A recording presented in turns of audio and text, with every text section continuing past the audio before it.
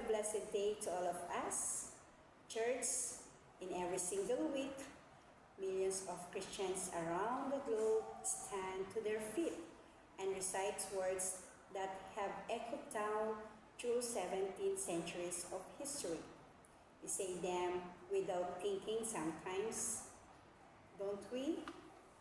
We stand up, clear our throats, and declare, we believe in one God, the Father Almighty, maker of heaven and earth. Amen? Those words from Nicene Creed are not just a casual introduction. They are a radically counter-culture declaration of cosmic reality. But have you ever stopped to ask yourself on a Friday afternoon, when the bills are stacking up or a medical report comes back negative, how exactly is God Almighty? What does the word actually mean? In the ancient Hebrew scriptures, this is often expressed as Yahweh Sabaoth, the Lords of Hosts, the commanders of heavenly armies. It is a royal title. In our Global Methodist Church Catechism, we answer this question with profound simplicity and orthodox depth. The Catechism tells us this: God is infinite in power, wisdom, justice, goodness, and love. Amen? So my brothers and sisters, notice that the church does not just say God has a lot of power. It says He is infinite in 5 distinct perfections. To say God is almighty does not mean He is a giant, muscular version of us. It means He is completely without limits. Amen? But notice the guardrails of the Catechism gives us. If God were only infinite in power, He would be a tyrant.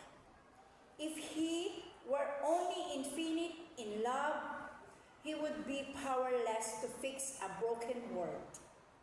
True almightiness means all 5 of these traits work in flawless harmony. Let's look at how Scripture unpacks these 5 attributes of God's almightiness. First, God is infinite in power and wisdom. Prophet Jeremiah, when he facing the literal collapse of his nation, he looked up into the heaven and he prayed, "Oh Lord God, it is you who have made the heavens and the earth by your great power and by your outstretched arm. Nothing is too hard for you." Amen. Jeremiah 32 verse 17. Hallelujah, Jesus. So my brothers and sisters, God's power is not a blind, chaotic force like a hurricane or a nuclear explosion. His power is perfectly married to His infinite wisdom. As Apostle Paul, he breaks out into spontaneous praise in Romans chapter 11 verse 33, crying, "Oh, the depth of the riches of the wisdom and knowledge of God! How unsearchable are His judgments, and how inscrutable His ways! God never flexes His muscles foolishly. Every ounce of His unlimited unlimited power is directly by an intellect that cannot hear, a mind that sees the end from the beginning. Second, God is infinite in justice, goodness, and love. In Psalms chapter 89 verse 14 tells us, righteousness and justice are the foundation of your throne. Steadfast love and faithfulness go before you. Amen? So brothers and sisters, think about that. The foundation of the universe is not a moral ambiguity. It is the absolute justice and goodness. God's almightiness means His standards of right and wrong will never bend or break or fail. Yet, the peak of His almightiness is found in 1 John chapter 4 verse 8. God is love. Amen? God is love. His infinite justice protects His creation, but His infinite love drives Him to save it. He has the power to back up His promises, the wisdom to execute them perfectly, the justice to deal with sin, and the love that ensures His power is always used for our good. Amen? So now, my brothers and sisters, as a Methodist, we have a unique and beautiful lens through which we view this classic doctrine. John Wesley, the founder of the Methodist movement, deeply insisted that we must never detach God's sovereignty from His moral character. Wesley taught that God's omnipotence is characterized by what he called gracious regard. Amen? What does that mean? It means God does not rule the universe like a cold, detached like chess grandmaster, moving us around like mindless wooden pieces. God's almighty power is rational. Amen? So, think about that. Think about how God uses His power in our lives. We see it in what Methodists call prevenient grace. The grace that goes before us. God is almighty, yet He chooses not to force your elegance. He doesn't drive a cosmic steamroller over your free will. Instead, His infinite power gently pursues you, gently pursues us. His almighty Holy Spirit surrounds you before you even know who He is, whispering to your heart, awakening your conscience, and drawing you home. Amen? And once you come home, His sanctifying power goes to work. God's almightiness is demonstrated at its highest peak, not when He crushes His enemies with lightning bolts,